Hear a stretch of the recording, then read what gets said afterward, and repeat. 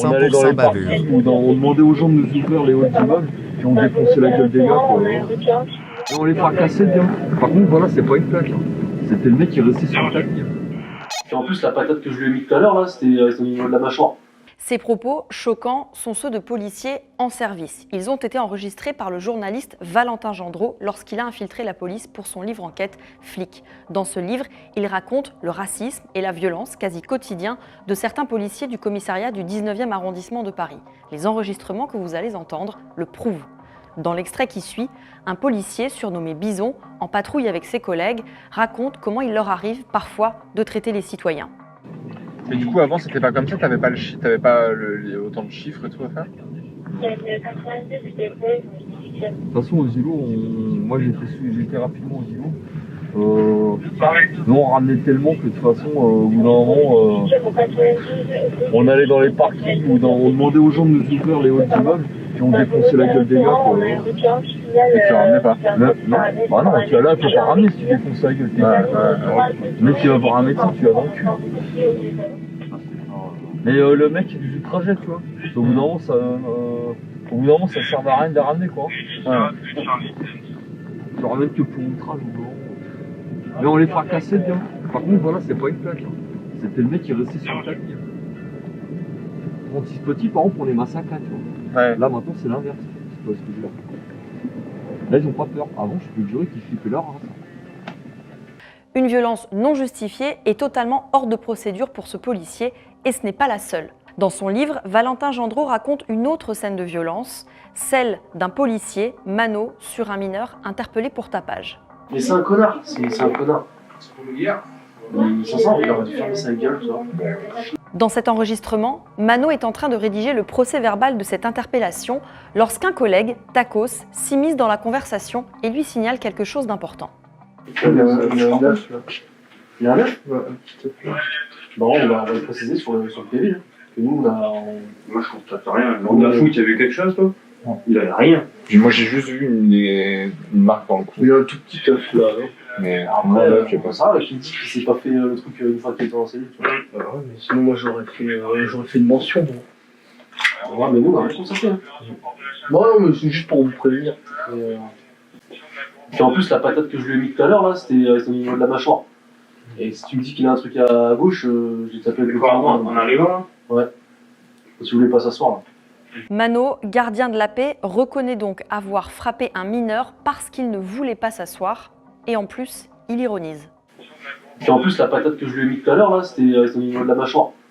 Et si tu me dis qu'il a un truc à gauche, j'ai tapé avec le poing. En arrivant, là? Ouais. Si vous voulez pas s'asseoir, là.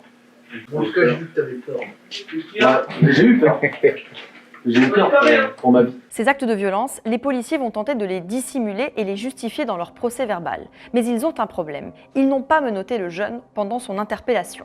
Comment expliquer cet oubli puisque Mano a, comme il l'a dit, eu peur pour sa vie? Dans l'enregistrement qui suit, Xavier et Mano vont tenter de trouver la bonne version. Bah, par contre, du coup, pour le lieu, ça va être un véhicule. Hein. Bah, ouais. Pour pas que, pour pas que c'est ça. On était garés le 12, hein, on était garés juste devant. Non, mais Ah non, après, c'était sur le chemin. C'était après moi, grosso modo. Ah oui, sur le chemin. On était quasiment, il me semble qu'on était vers le point des clubs, là, non? Pour contrer Quand Coca-Cola. il... J'ai pas, après, j'ai pas trop C'est regardé. Rachel finalement. Donc, De quoi, quand t'as commencé à taper? quand on s'est mis sur lui, C'est sur McDo, sur la fin de McDo, entre McDo Séverier, là, par là. bah tu mets McDo Sévérien. Après, t'es pas forcément obligé, je pense. Hein. Tu mets à la sortie du tunnel en direction de la porte de Pantin. Ouais, voilà. Précise que du coup, vu qu'il commence à se débattre. Il commence à se débattre. On est obligé de maintenir, vu qu'il n'est pas menotté en plus, on est obligé de lui maintenir les bras et la tête. Donc tu vois qu'à l'aide de mon avant-bras, je maintiens sa tête entre la putette à l'aide de mon avant-bras. Afin d'éviter Tu lui as maintenu quelque chose ou pas?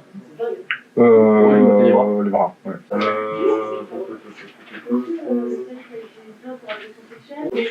Le mec qui décide de ne pas s'asseoir sur le banc, machin, tout ça. ouais. arrivé au central, il continue à menacer. Arrive au centre, on va dire qu'il s'est quand même détendu, parce que sinon il doit probablement être commencé, machin, tout ça. On va dire qu'il ça se calme quand tu sors des véhicules. Ouais, ce qui est vrai.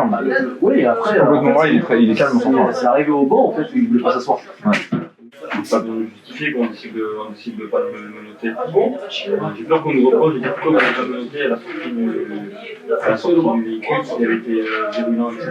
Et compagnie. On a mis comme quoi on lui maintenait la tête dans la voiture. Parce qu'en fait, dans la voiture, il n'était pas menotté.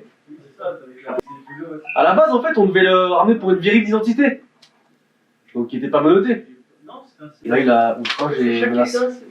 Menace. Oui. À mon avis, la menace, je sais pas si elle va tenir. Mais au choix, peut-être que ça passera. On verra. Ces enregistrements posent plusieurs questions. Si le jeune était aussi violent que le prétendent les policiers, pourquoi alors ne pas avoir utilisé les menottes pour le neutraliser? Était-il réellement violent, puisqu'on entend qu'à la sortie du véhicule, il était calme? Les policiers ont-ils fait figurer la patate donnée aux jeunes dans leur procès verbal? L'enquête ouverte par le parquet de Paris et confiée à l'IGPN, la police des polices, devra tenter d'y répondre. À ce jour, les policiers mis en cause dans le livre Flic exercent toujours leurs fonctions. Nous les avons contactés, ils n'ont pas souhaité nous répondre. 100% bavure.